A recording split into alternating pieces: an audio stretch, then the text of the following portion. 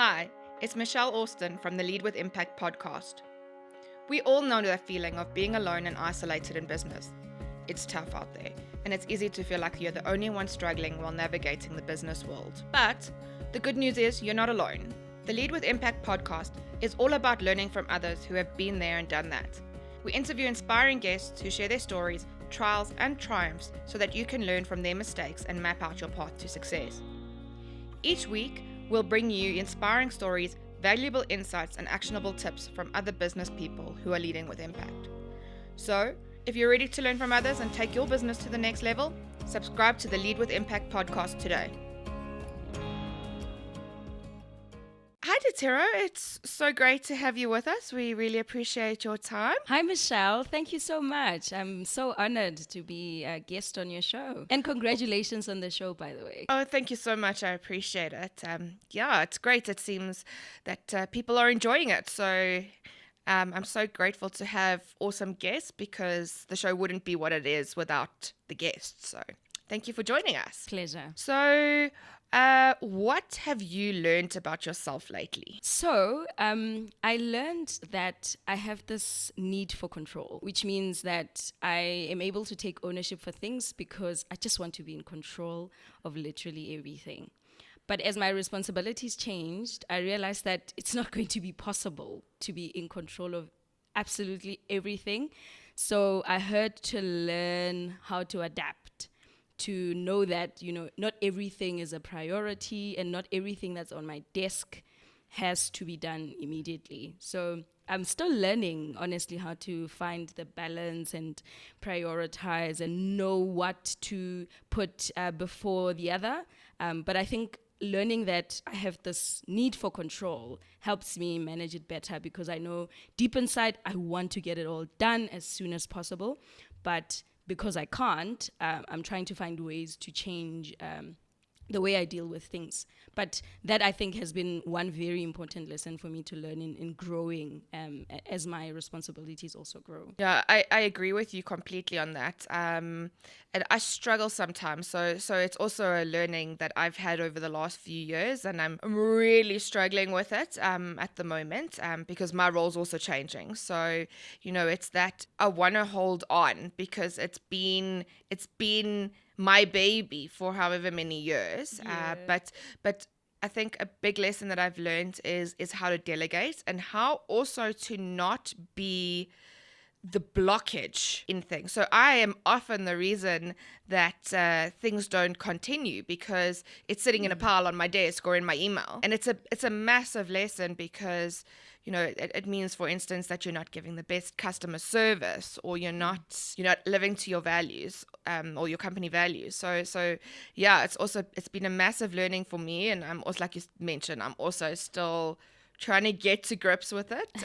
Haven't solved that problem completely yet, but I think it's also the nature of the beast and a changing environment. And I think, to be honest, I think it's something we're going to have to get comfortable with because the world is changing at such a rapid pace and we need to just keep up. So yeah, I find that I struggle with that. No, true. And I think learning to lean on other team members for me has been one way in which I've tried to adapt, to say it doesn't have to be done by me for it to be done right.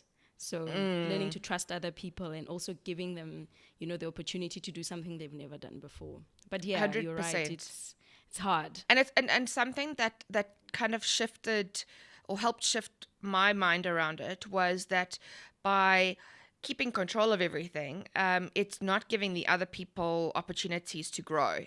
And that's one of my personal values is helping others to grow and mentoring others. So once I kind of linked those two things together, it made it a little bit easier for me. No, for sure. I'll also just remember to keep my values in front of me so that I remember how to go back to being centered. 100%. That's a very good insight. Do you get imposter syndrome? And if you do, how do you deal with it? Oh my goodness, I do all the time. And in the past, what I've done to sort of fight the imposter syndrome, which I don't know if it's the best solution, was to overexert myself, to work extremely hard to make sure that whatever it is I deliver, is at the best quality. But I think it needs to shift in a way, because if you're trying to prove to people that you're good enough and you don't believe that you're good enough, then you just push yourself way too hard and you're too hard on yourself in the process. So I think the best way that I've finally found to deal with my imposter syndrome is to remind myself that I didn't get where I am by chance, that my learning spirit is what is going to differentiate me from other people, because I'm very open to learning and growing.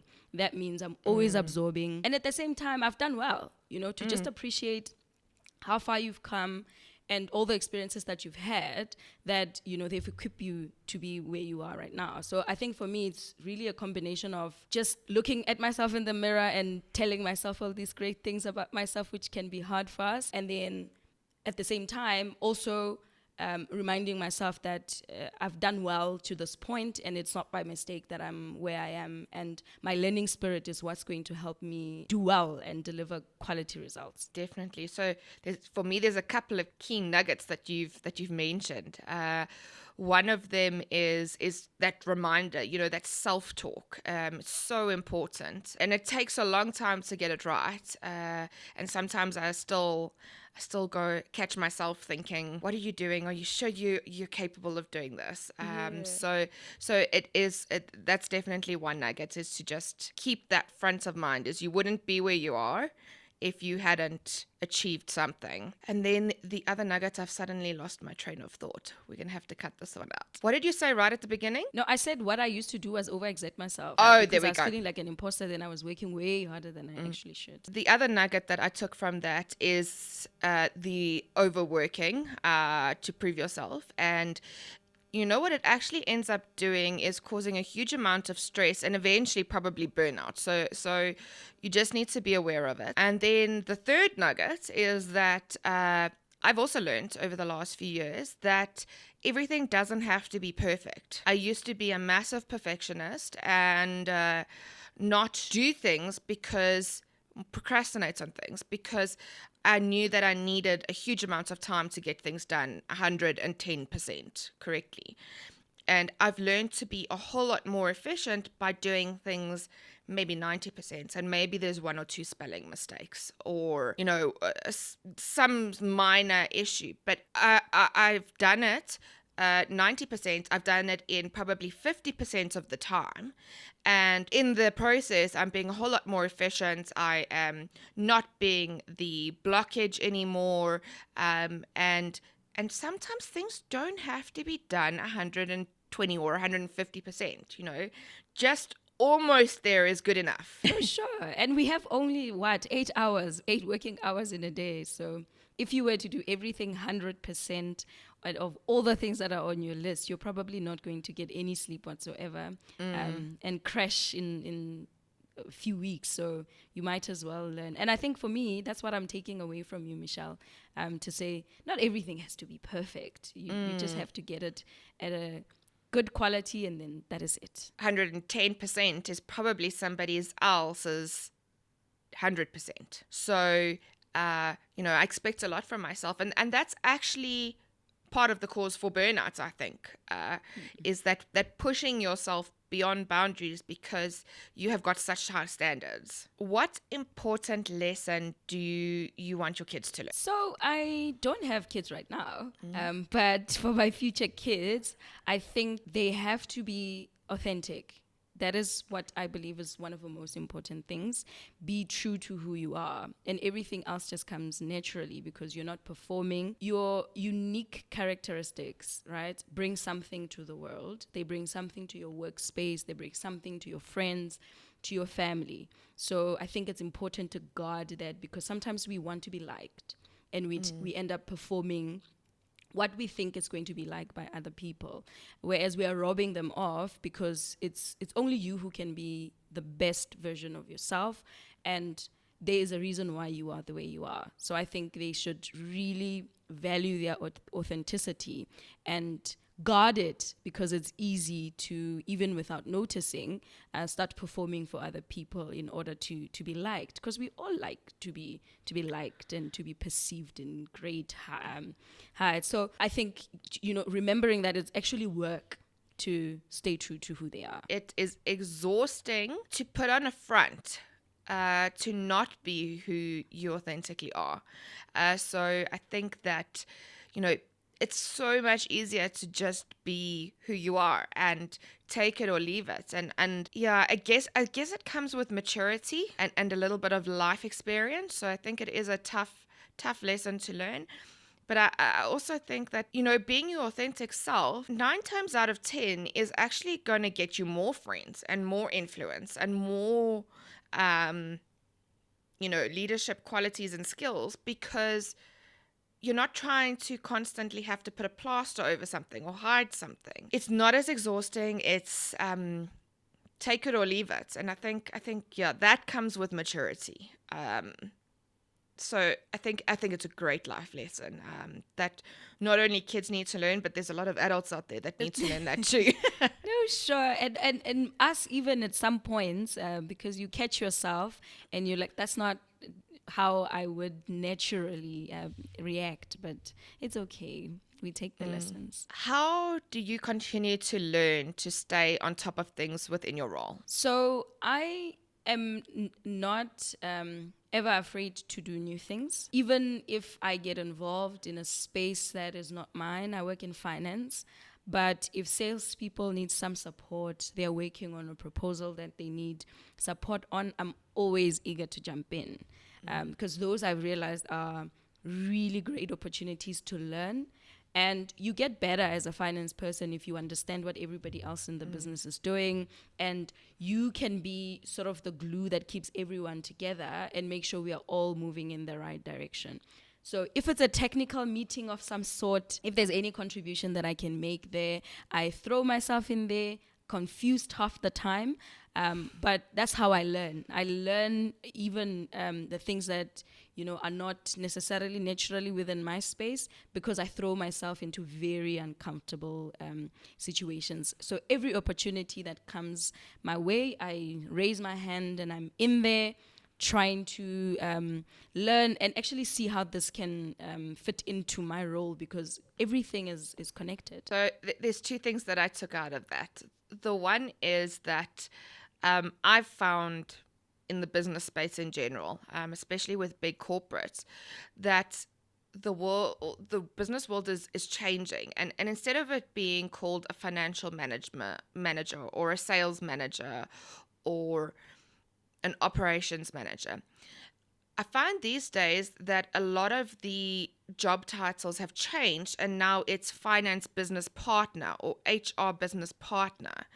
And what that encourages is exactly what you're saying. It's collaboration. It's having different perspectives and diversity in conversations, because often putting those different things on the table, creates a different perspective, and hashing out a few different perspectives often results in better decisions. So that's the one thing that I took from that. And then the next thing is something that I encourage my listeners all the time, is to stick your neck out when you are afraid, when you're feeling uncomfortable. That is what you actually need to pursue, because that is where your growth lies. Your personal development comes from that. So it's a big lesson I've learned over the last 6 or so months, is that I need to jump and just do it. And the more I do it, the more I grow. And it's actually incredible to just sit back and go, wow, 6 months ago, I was scared to do that, and now look at it. And I think the point that you raise, that the discomfort should trigger the knowledge that, hey, this is exactly where I should head to, because the discomfort tells you that's a good learning area for you, because if you knew it, you would have been comfortable with it. So I'll take that. Every time I get uncomfortable, I I will remember that it means this is exactly where I should head. Okay, linked to that. So, what is the most significant thing or interest that you have that you're curious about, and why? So I think for now, I've been trying to learn Power BI, because I think in finance, I spend so much time trying to put together reports, finding ways to sort of convey the right message to the leadership team so that they can make the right decisions. And if I sort of remove myself from that process and have everything pull from the system into Power BI, then I can then focus my time on insights, on, speaking to the rest of the business to see what's actually driving the analytics that I'm seeing, rather than spending so much time on putting the analysis together. So I think in automating that process, which is what I'm doing a lot of training, and we're actually doing it across, the business to see how we can have our analytics automated so that the focus of the people is not on the analysis. You get the information and you start drilling down into it. You start digging deeper into the cost drivers, digging deeper into how we can actually improve the way in which we engage even with our customers. How can we provide customers with insights about what our technology is doing for them, not having to go dig for it, but having, Power BI pull that from the technologies that we're using. And I think that has been a very big interest of mine recently. And lucky enough, it's been the interest of the business overall in all our departments. So we really just working together. And because I work for a technology firm, I can lean on the technology guys in helping me sort of make sense of how it all works and how to integrate all the systems that we have into one. But I think that's one space that I've found really interesting, and I think it can be a game changer for us as finance, but for our business overall. I agree wholeheartedly with that. So it's something that we're busy doing as well, is that you need to look at it from a slightly different perspective. I think a lot of people, it makes them afraid because they feel like, oh my goodness, if AI or if the system is going to do this for me, then why am I worthwhile? Are the people going to keep me? And I think that the world's changing in that way, is that as humans, we might not necessarily be doing the grunt work anymore in 5 to 10 years. But where we're going to be valuable is exactly where you said, is digging into the detail, looking at the analysis, figuring out what those drivers are, using those insights to change something, improving efficiencies or decreasing the costs somehow, or are these costs actually worthwhile? So those kind of insights and deep dives into the data is where I think that the human race is heading, and we need to embrace it, because I think we can add so much more value in the analysis than actually in preparing a pretty report. And the honest truth is, we may be afraid, but it's something that is actually a solution, because we in finance especially, we work such long hours. It's such a normal thing, but we can actually use these tools to shorten the amount of time that we need to do the things that we do and be at our peak, because we would have slept 8 hours. I mean, that's also a great insight, is that you don't necessarily have to work harder. You just have to work smarter, and use your skills, because, I mean, yes, there's skills involved in drawing up a report, but if some sort of AI tool can do it for you, then taking advantage of actually what you're good at, as opposed to spending your time on something that is, yes, it's necessary, but it's maybe not the best way that your time is spent. So what do you think makes you feel the most inspired or at your best self? So I've learned that I'm inspired by great team spirit. I love it when we win together. So anything that involves other people who need me to win, and I can see all of us coming together and working towards a common goal, that keeps me fired up. I want to see us coming together and me having a big contribution in what we're doing and seeing the value that I add. I've realized over the years that when it's sort of a one-man show, I'm not as great as when it's a collective effort and I love the coming together of people to achieve great things. When we're winning together, I think that's something that, the possibility of that keeps me so fired up. I really wake up energetic knowing that, as a team, this is where we are headed, and I know I'm a valuable member in that, and we can win together and come together with our strengths and our weaknesses and, achieve the thing that we've set to achieve. Yeah, I think there's two things that I take out of that, and the one is collaboration. The strength of that is huge. So it's actually one of my favorite quotes is, if you want to go fast, go alone. If you want to go far, go together. And I absolutely love that quote because it really just speaks volumes. And it relates back to what we were talking about a little bit earlier about the wanting to do things by yourself and handing things over to other people and delegating and working as a team. So I think that's a massive takeaway from what you just said. So who do you think has been your most important professional mentor? So I worked with a gentleman called Pregi Moodley at some point in my life, not in the current business. And I think I loved how he brought the best of himself in every professional engagement. He would show up. He was a very jolly person. And obviously some people can, have negative connotations around being so super bubbly and super jolly. And he did that consistently.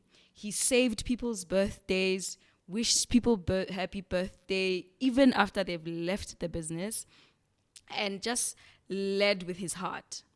And I think for me, everything else that's technical is important, but as you grow in your career, how you deal with people is the thing that's going to make you either successful or not.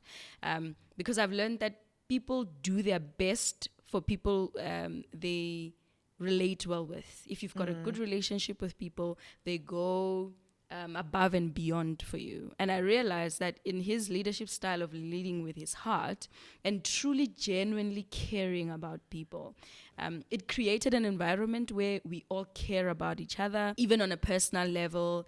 And so you really work well together with people who you care about. And it's not just about getting the work done per se, but having a family kind of environment. Really, I felt it made even the technical stuff go easier.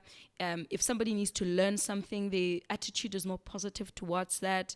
And you kind of feel like people care about you and not just the work that you bring. And that created such a beautiful working culture within the team. And I found that to just be mind-blowing because it's not something you see often. So I thought this is something that I need to learn and keep with me as I rise up. And I think that's how you'll get the best out of people. It sounds like a weird term, but it's a way of influencing people. But it's not, it's not a manipulation influence. It's a positive influence. And I love that. And I think it's really difficult to get that right, especially when you're very busy. So hats off to your mentor, because, with all the pressures we've got as parents, as professionals, friends, all the roles that we play, it's very difficult to get that right and find that happy balance.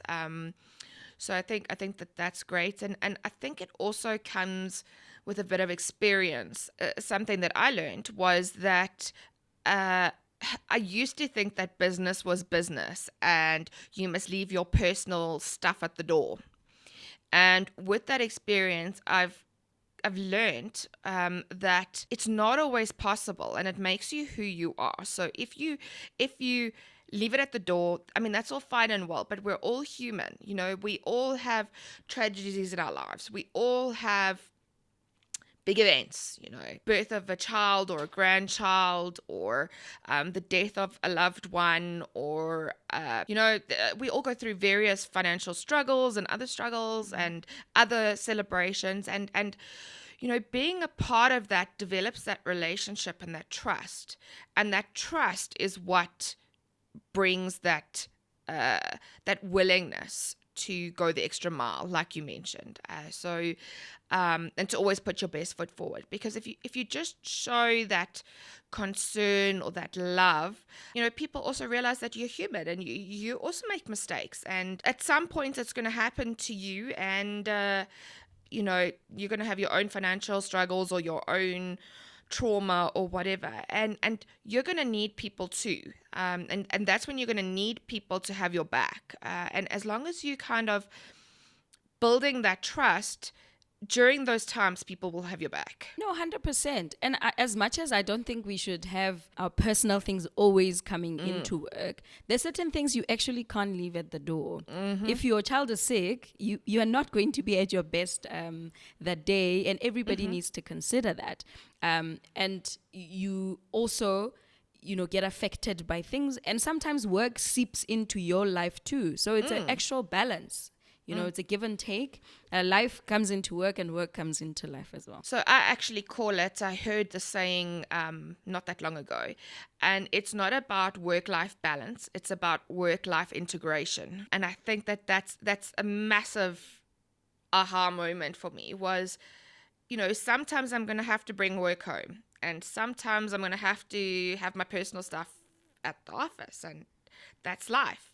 But it's about integrating it and making it work for you and the business. Sure, 100%. I totally agree. So tell me why you are passionate about what you do. Being valuable, right?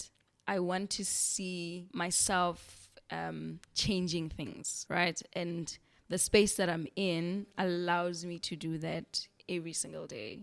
I'm always thinking about ways in which, I can sort of leave my mark. I'm able to do that by seeing other people develop. I'm able to do that by putting in processes in place within our finance that actually show improvement. I'm able to do that by influencing how people actually think within the business. So it really gets me very excited to know that I can, if you ask me at every quarter, I can show you how I've had an impact. And I think it comes to the bigger question of having purpose and feeling like, there's something that you are bringing to the world. And because we spend most of the time at work, it's really good to see that I can bring some change, and I can make things work better. I can make people better. That really gets me really fired up about what I do. I agree completely, and maybe it's an accountant thing. I don't know, but I think, or maybe it's also a rising up the ranks thing. When when you realize what makes you tick and where you can add value, and once you kind of realize that, and if you can link that to your purpose, like you mentioned, so. It's something that I tell my mentees all the time. Like, the first thing that you need to go do when you start working with me is go figure out your purpose. Do not start anything else until you have that bedded down. And it is a bit of a process, and it does take time. For me, it's taken a couple of years. So I knew kind of what the overall arching thing was, but I couldn't actually put it into words, and I didn't figure out how am I going to actually get this right. It was through that pushing myself do things that I was scared of or afraid of or made me uncomfortable that I realized what makes me tick. So for me, for a couple of years, it was about education, and I firmly believed in education. And then over the last year, I realized how I can mesh my knowledge and education, and it's through things like this podcast and through things like the Women's Business Club and my mentees. That's how I can educate people and use what I know to add value to people's lives, and that's how I can make a difference.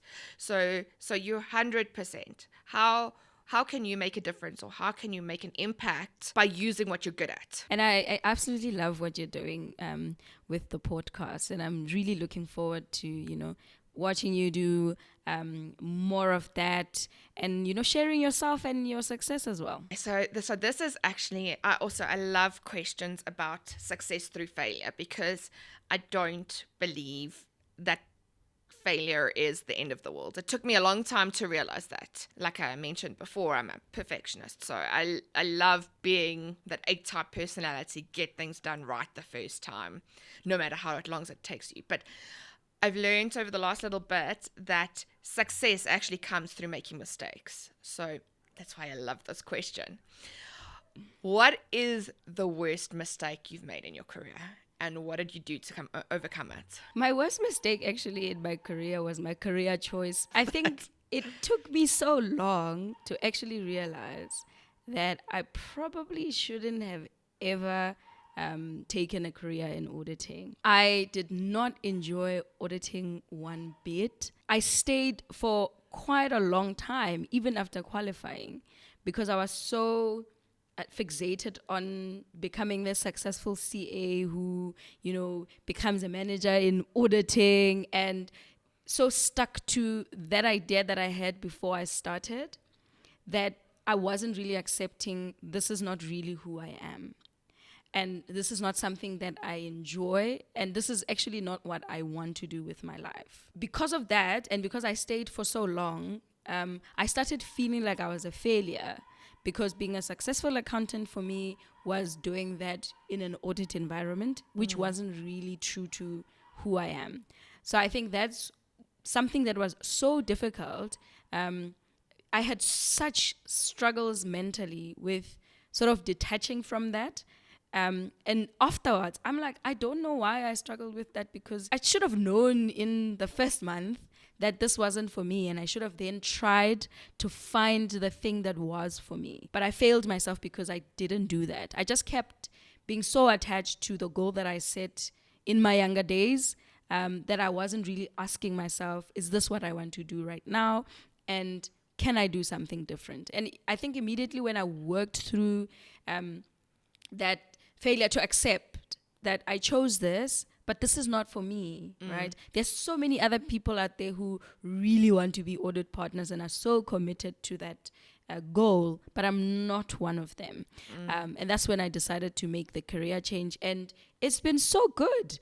I feel great. I love what I do. And I feel like what I do loves me too. So I have a really good relationship with my work now. And I'm able to do well without the amount of struggle that it would have taken in an audit environment, because that's not naturally what really got me excited. So yeah, that was my failure. And I think to overcome it, I just had to sit down and ask myself, Ditiro, who are you? What do you enjoy out of all these experiences? When were you your best? How can you use all of that and in finding a career that fulfills you? And immediately I did that. Then I committed to finding something new, and I did. And it's been really great ever since I made the jump. For me, it's also, as a young professional, is you don't always know, you don't have that awareness of what other opportunities there are out there. Finding your lane and finding what you're good at and what makes you tick. And it doesn't necessarily need to be one thing. I think that that's also been a massive learning for me over my career, is that, it doesn't necessarily mean that you're stuck in one place forever. It doesn't necessarily mean that because you're a financial director or a financial manager that you need to be there forever. If you decide that it's not for you, and maybe that was there for a season of your life, and maybe you need something different now. I think it also comes with maturity. It also comes with a bit of experience, but it also comes with that willingness to be open to different opportunities and learning and being aware. I was actually talking to somebody the other day. So we went on a trip to America last year, and we stopped at the port. So in Houston, it's actually very interesting. It's a 50-mile long port. So it's a massive port.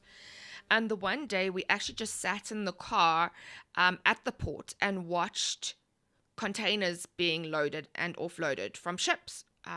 Because, we as a family, we strongly believe in creating that awareness of what career opportunities there are out there. And just sitting and watching, I went, wow, I'd never actually thought that there's somebody sitting in the top of that big crane that is literally, it's his job to load and unload containers from a ship and pack them properly. I mean, it's just things like that where it's something so simple that I'd never kind of thought of and never even considered as a career opportunity. And it doesn't mean I want to be a crane operator, but it's just about creating that awareness for our kids, for other people, to know that there are other options out there. You don't have to be stuck in what you're doing. Find what you love and use that. Figure out how to use that to help other people. And I think that is, or to help the business. It doesn't necessarily need to be people, but figure out how you can add value to people's lives, or to the business. And once you figure out that, it's actually a game changer, like a complete game changer. No, 100%. And the feeling of being stuck is quite crippling. You don't do anything about it because you kind of fall into victimhood in a sense, because you feel like, oh, I've been done dirty, there's no way out of this, and you miss opportunities that are there to give you something different. That's interesting. Is it also, you need to also think about the impact that it's having on you, not necessarily always the other way around. I suppose from my perspective, I always, like I said, I think it's an accountant thing where we like to add value. Yeah. But I suppose it's also what can you take from it as well? If you could start a business tomorrow, what would that business be? I've been thinking about it for a very long time. It's coaching. I really think I could add value to people in terms of coaching them in how to be the best of themselves and how to handle situations. Because I do it a lot for free. I have a lot of mentees. I have people reaching out to me, for career counsel, for guidance. Sometimes it's people that I think have no business whatsoever approaching me, because I feel like they're so far ahead and have done so well. But I've realized that, my passion for developing people comes together with people actually reaching out for that. And I think I could actually start a business in that area, because it brings in both what I'm passionate about and what the world seems to want from me at the same time. And I think that's the sweet spot, that you always want to find, that between what you can offer and what people actually do want. So yeah, that would be coaching. And then what do you think is a common myth about your job or your industry? That it's boring. I think people really think finance is boring. And I think it's because they think of finance as just the, general entries, just the financial statements. But you can really make it so interesting because you, in the middle of everything that's being done within the business. As I said to you, I interact so much with sales, and I've involved myself with what the sales part of a business does. I have engagements with customers. That somebody wouldn't think someone in finance does. I negotiate contracts. It's not something that you would imagine, a finance team would head up. But it's stuff that I do that are really not boring at all. I mean, the boring stuff is there, but that's just half the story, You have so much more that's exciting. And the more you realize how important the boring stuff is, it becomes less boring. Because the managing director is sitting there making decisions based on those boring journals that you would have processed at some point. So it becomes less boring when you have a bigger picture and when you're not afraid to get involved in different things and not just sit there in your finance corner thinking you're not running the business, because you actually are. Yeah, it comes back to that business partner thing, and it also comes back to using the numbers to tell stories. So humans like stories. So it's about telling stories with the numbers. And sometimes you need to dive into the numbers, because there's always a root cause behind something. It's that root cause analysis. Go dig and figure out what it is. And that to me is the exciting stuff. And how can we partner with sales to make things better? And how can we partner with the customer to make it better? It's not just about the numbers, and it's not just about the boring financial statements. It's about, what do those numbers tell you? And how can you improve the numbers? And that's where finance, to me, gets exciting. And I also keep telling this to SMEs as well, is that without the numbers, you don't know where you're going. And if you don't know where you are, you don't know where you're going to go. So you need to know where you are now, to figure out where you're going, or where you want to go, so that you can put things in place so you can end up going in that direction. Because if you don't plan, what do they say? If you fail to plan, you plan to fail. 100%. Yeah. And if you don't measure anything, then you really don't know what is it that's bringing you the return. So you focus on wrong activities that are worthless. And ultimately, I think everybody knows that it comes down to the money. That's what this we're in should business be one for. of the most... Pardon? So that's what we're in business for. We want to make money. Yeah, so it can't be the most boring part if it's all that we're here for. So something else that just popped into my mind talking about auditing. So something that has really stuck with me from my auditing days was, if it's not documented, it's not done. And and I think that's also really important in business, is that you need to spend time doing the things that are boring. And especially entrepreneurs hate doing that. They've got these ideas in their head and they're chasing ideas constantly. But sometimes you just need to actually slow down and put your thoughts on paper. Solidifies it and crystallizes it. That's actually where the gems are. So yeah, just a little bit of advice for entrepreneurs and people with their own small businesses is spend the time on the stuff that you think is boring. It's actually probably the most important. 100%. Yep. Okay. How do you improve productivity without causing burnout? It's been so challenging, but I think prioritizing is the thing that has really changed my life, to know what is my main goal for the day. So I listened to one podcast, and I can't even recall which one it was, but the guy was saying, put down 1 or 2 things that you want to get done today in the morning, and then do that. And I realized that actually I do that and then I'm done. And I'm like, oh, okay, I can look at other things now. And that means I focus on what is the most important thing to get done today. And once I'm done with that, I can then look at other things. And I realized that actually changes your whole day. Because if you've decided what is it that you want to do today, when you're busy doing it, you know that other things can come. They're not as urgent as this. And this is exactly what I'm committed myself to doing, and I'm going to focus on that. When you're done, you realize you actually have more time to then focus on the other things that were on your to-do list that maybe were not as high a priority. Because if you don't do that, you end up doing this, and then something else comes in and you do that, and then nothing gets completed because you've spread yourself too thin and you're everywhere. So for me, that part of knowing the most important things for me to get done today, if it's all I do, that is okay. If I have more time to do other things, that's even better.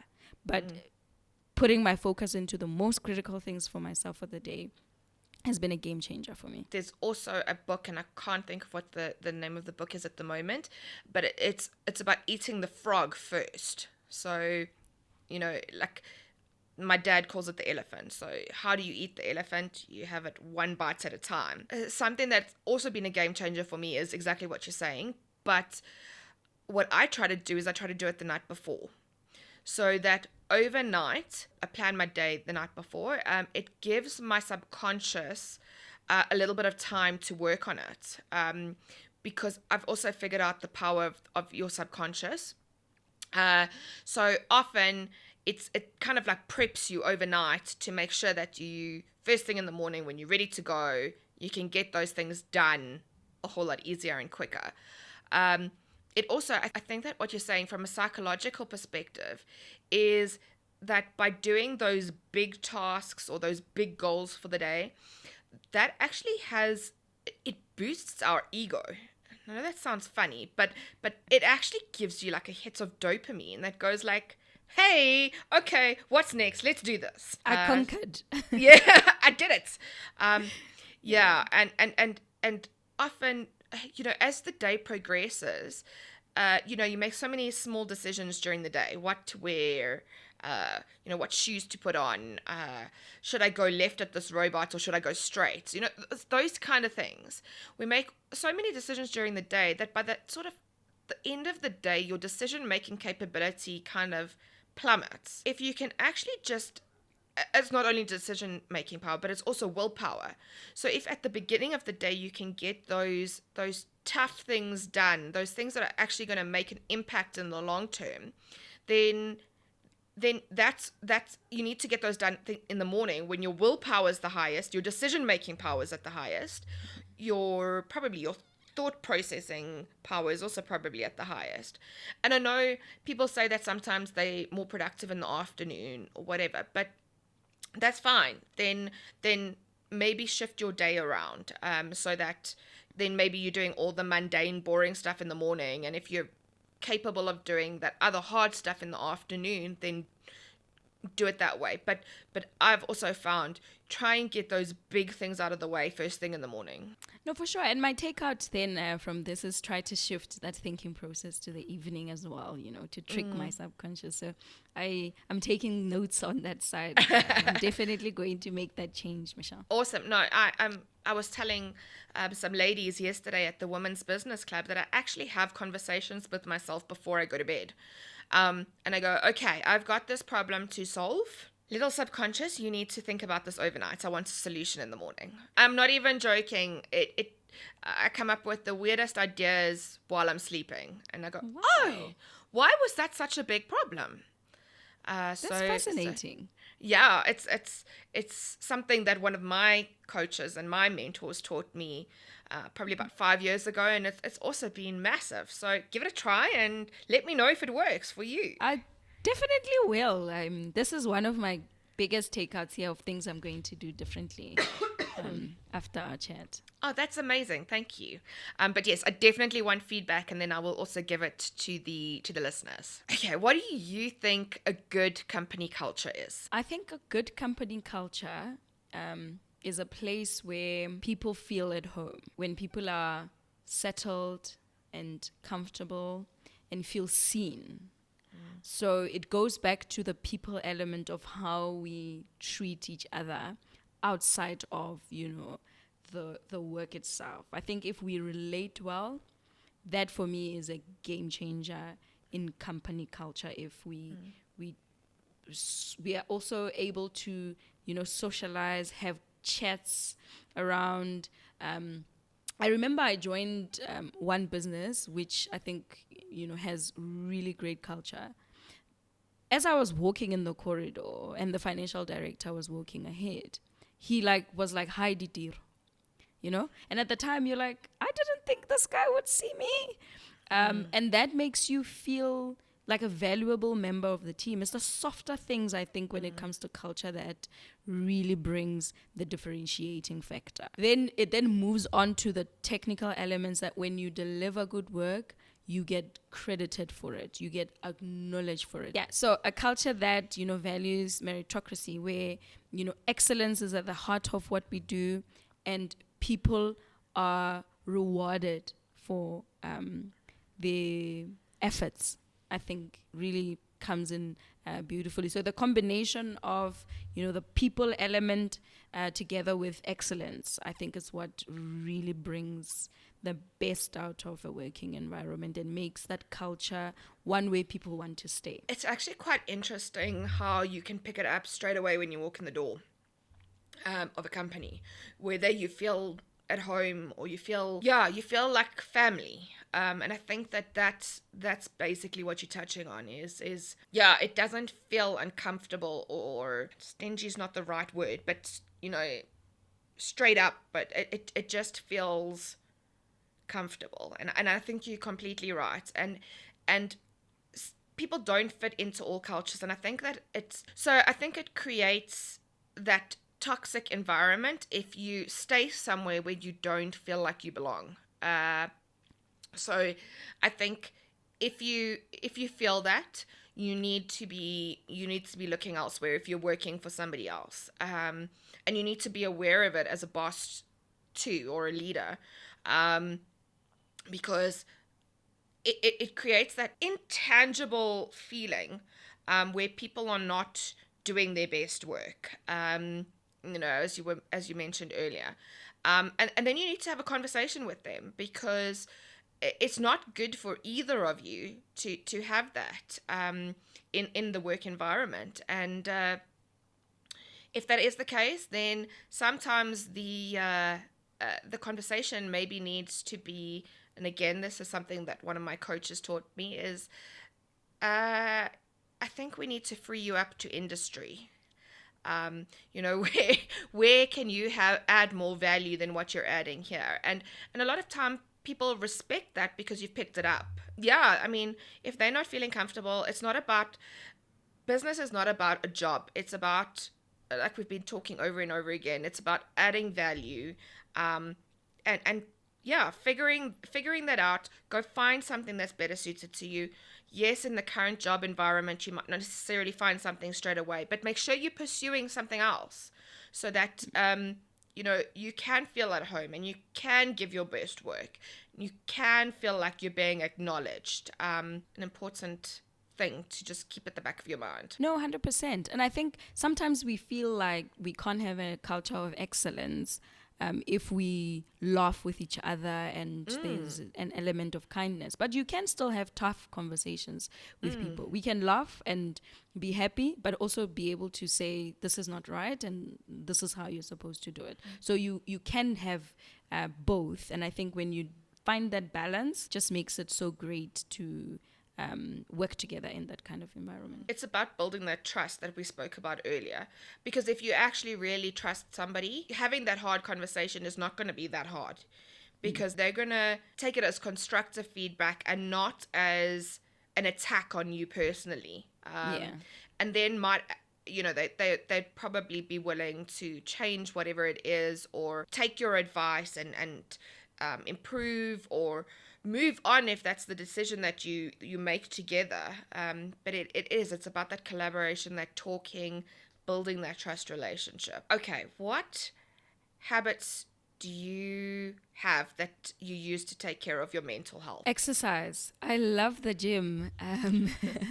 That has been, one thing in my life that has really changed things for me. And making sure that I plan my life also around gym. I'd rather have a meeting at 8 p.m. than have it at 6 p.m. and miss a gym session that I would have had scheduled, because it makes me feel good. It takes care of my body. I get all the good energy from that. It's social. You see other people, and you come back with a clearer head to tackle things. If it was a stressful day, that gym session kind of, settles you down, and you are able to think straight. Sleep is the second thing that I do. I always tell them I sleep 8 hours, and I try to do that consistently, because I realize if I don't sleep, I'm the grumpiest person on earth. I have a headache if I don't sleep, and so I can't think straight. And I actually realize it actually affects me both mentally and physically if I don't get sleep. So those two things, my exercise and my sleep, really help me keep sane, and being committed to that has been a game changer for me. I haven't quite figured the exercise thing out yet, so I'm not going to lie. I've got a friend who keeps bugging me to go back to gym, and I really should. But yeah, one day I think I will realize the value of it. But then sleep, I think, is so critical. I've been tracking my sleep for a couple of years now, and you're 100% correct where you say that, like, you need 8 hours. I need 8 hours too. I am not a nice person if I don't give my 8 hours. I think it's fine as a short-term stopgap. So maybe if you're doing that for a couple of weeks because you have something stressful coming up, or you're writing an exam or something like that, but then straight after whatever that stressful period is, you need to go back into those habits, because your life is actually a series of habits. It's made up of a series of habits, and those habits are actually what make you you. So Yeah. try not to get out of whatever those habits are, the good habits, not the bad habits. You need to stay with the good habits. Yeah. Get rid of the bad ones, one at a Yeah. time. No, 100%. And I don't always get 8 hours. I mean, there's sometimes when it's a really stressful period, but, it has to be temporary. In the long run, I keep my 8 hours and my exercise. If I can't and there's more demands, then it has to just be a temporary setup. What advice would you give someone who is starting out in a leadership position for the first time? I think not to be afraid to ask questions. I think if you are sometimes we feel like if we are leading, we can't not know. But I think it's okay not to know, especially if you're new in a role or it's maybe in a different industry. There's a lot of things that you don't know. Admitting that and opening yourself up to the learning experience and making people know that, acknowledge their abilities and you acknowledge the fact that they have something to teach you, I think would put you in really good stead. Because people will not feel like, it's a fight. They'll feel like they have something to add to you. And in those interactions, you will also show them you are capable and knowledgeable and you respect them for what they know. So I think the biggest advice would be to just be open to learning, not afraid to ask questions, not afraid to show people that there's things that you don't know. Because sometimes when we lead, we feel like we need to know everything, or people must think that you know everything for you to lead them well. I think just being open, and it's vulnerable, isn't it? But it gives you an opportunity to connect with people, but also to learn quickly, and start leading well, because now you don't have any knowledge gaps. And I think doing that from the beginning puts you in a very good position to really excel. I think it also sets the tone. Also shows that you're human. You might not always be right. You might not always have the best solution to some sort of problem. Be willing to take counsel from other people. And like you mentioned, asking questions. So, we were talking off camera about this position that I've just accepted. And the only way that I can learn things and figure out the business is by asking questions. And sometimes I feel like I'm asking really stupid questions. And I'm kind of going like, but why are we doing this? Like, why are we paying that supplier this much money? Why are we not negotiating with them? Or why is that so much? But it's often those questions that actually give you the insights. So you need to just not be afraid to put your neck out there and feel, and I think that comes back to another question that we were talking about earlier about the imposter syndrome. You're like, okay, well, I'm a CA, I've got more than 10 years experience. I should probably know this, but it might be applied differently in that specific business or in that specific department or something like that. Asking those things that you think are simple might actually be the root cause for something much bigger. I love that ask those questions. Be willing to learn from other teammates. Share your experience and they'll be willing to share it back. And it's also about building that trust relationship. So I absolutely love that. Sure. And my takeout from you is that you could actually find bigger things that you were not aware of by asking that question that might seem stupid to someone. You might actually find solutions to bigger problems that other people were not able to see because they were not asking those silly questions. They might be able to learn from it too. So they might just go, it's the way we've always done it. That's not always the best solution. So just, be willing to stick your neck out, even though it could make you look stupid, but it could actually be a lot more, and it could be that could be where you can add value. Okay, so tell us, what is next for you? So I think my focus now is finding a more settled life, because I feel like things are just everywhere. I'm just too busy with work. So personally, I'd like to, find a more settled and feel a lot more in rhythm, because I'm fast approaching the 10-year mark of work. And so I think this whole chasing everything at the same time has reached its end, and I need to be a more settled. And it comes with the maturity that you keep mentioning throughout, that I need to be in rhythm. I'm not trying to find what I like. I think I've learned the things that make me tick. I've learned a lot about myself in my experience so far. And just, being in rhythm and being in tune is very important for me. And then my other focus area is moving up the ladder. I think within the corporate space, finding ways to differentiate myself and to show that I'm fit to lead is what is very important to me now. So focusing more on my leadership skills, becoming a lot more strategic, and less on the operational things, moving towards a point where I provide counsel more than being so determined to get involved in small things. So I think now I want bigger picture. I want to be in tune, and just make sure that I'm living my best life in all aspects and not just in terms of my career. So I'm just hoping to level up, planning to level up in that sense. That's amazing. Absolutely love it. It's actually very exciting when you can sit back and go, okay, I'm now comfortable with this, but this is where I want to go. I think, and also as a young professional, it's about chasing dreams and chasing that title or chasing whatever. And I think it eventually comes that you go, this is actually where I'm happy. Like, this is where I want to be, or I want that end goal. This is a means to an end. Okay, where can our listeners go to find out more about you? I think on my LinkedIn profile, really. I do try to do a bit of some social media. I was actually trying to be some fitness influencer, but I hardly get the time to do it.